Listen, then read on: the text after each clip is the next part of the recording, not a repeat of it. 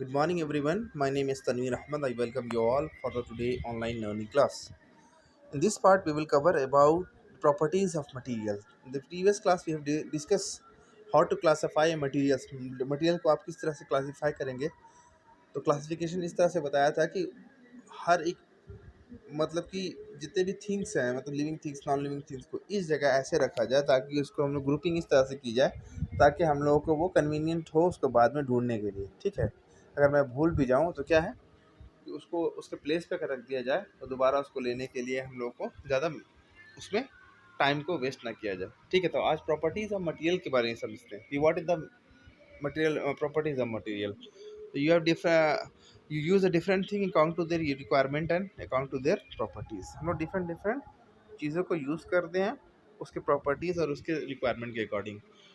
Why do we wear cotton cloth in a summer? This is because cotton is a lighter and good absorbent of sweats.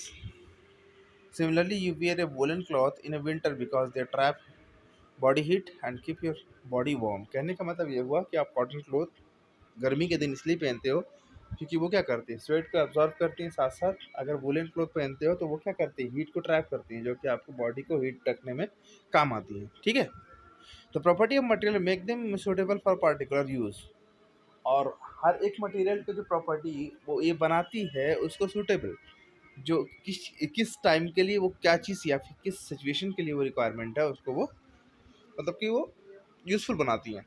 For example, in order to store liquid like water, milk, tea, coffee and juice, you should use a glass, plastic, steel tumblers। मतलब कि अगर आपको किसी liquid को store करना है like water है, juice है, मिल्क है, तो आपको क्या करना है, प्लास्टिक के बॉटल या फिर प्लास्टिक के जार्स में उसमें आप क्या करोगे, उसमें स्टोर करोगे उसको।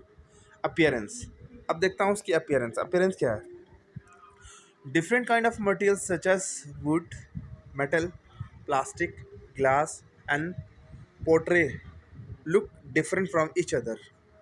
दिखते हैं अलग अलग, जितने भी मटेरियल्स होते हैं सबके अलग अलग दिखते हैं। Even different metal such as iron, copper, aluminium and zinc appear different from each other at the same time they have some similar too। मैं कहने का मतलब ये हुआ कि कुछ कुछ मटेरियल ऐसे होते हैं जो कि आपको दिखने में सेम लगेंगे लेकिन काम सबका अलग अलग होगा।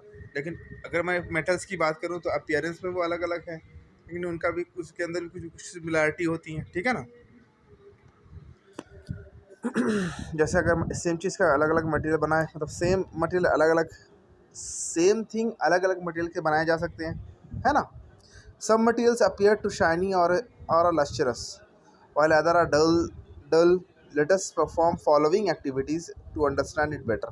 कहने का मतलब ये हुआ कुछ कुछ एक्टिविटीज़ में देखे होंगे, जैसे कि मैं यूटेंसाइल की ही बात करूँ, अगर देखो यहाँ पे जैसे एक एग्जांपल लिया गया है, यहाँ पे आप देख सकते हो।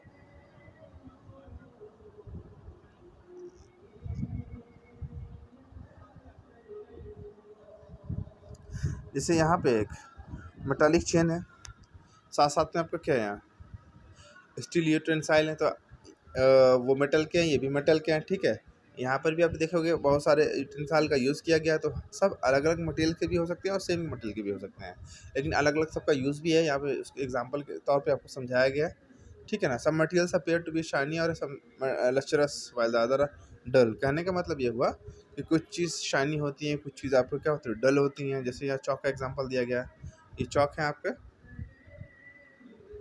ये चौक है, ये आपका क्या है, वुड है। ठीक है, मटेरियल तो है लेकिन क्या है, अलग अलग यूज़ और अलग अलग कलर्स भी हैं उनके। ठीक है, साथ साथ एक्टिविटी को ऑब्जर्व करते हैं और समझते हैं इसके बारे में मटेरियल को और अच्छे से। तो observe appearance of a different kind, different items, observe carefully A steel of paper, sheet of papers, cardboard, metallic chain, cotton silk, wood chalk, copper wire, aluminum foil and sweat, steel utensil। Which of these have a shiny appearance? मतलब इनमें से आपका शानी appearance किनका है उसके बारे में आपको जानना है।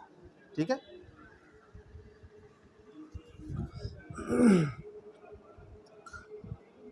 you may add more item to list from your surrounding according to the observation in the table given below। अब ये टेबल में गिवन है, आप उसको उसके अपीयरेंस बताना है, साथ साथ में आइटम्स आपके लिखे हैं। जैसे कि मान लो कि पेपर है तो कैसी होती है, डल होती है, मेटालिक चेन, शाइनी होती हैं। कार्डबोर्ड वो भी डल होंगी, कॉटन भी क्या होंगे, डल ही होंगी। सिल्क लेकिन शाइनी होती है थोड़ा। वुड क्या है, वो भी डल होंगी। चौक भी क्या होंगी, डल होंगी।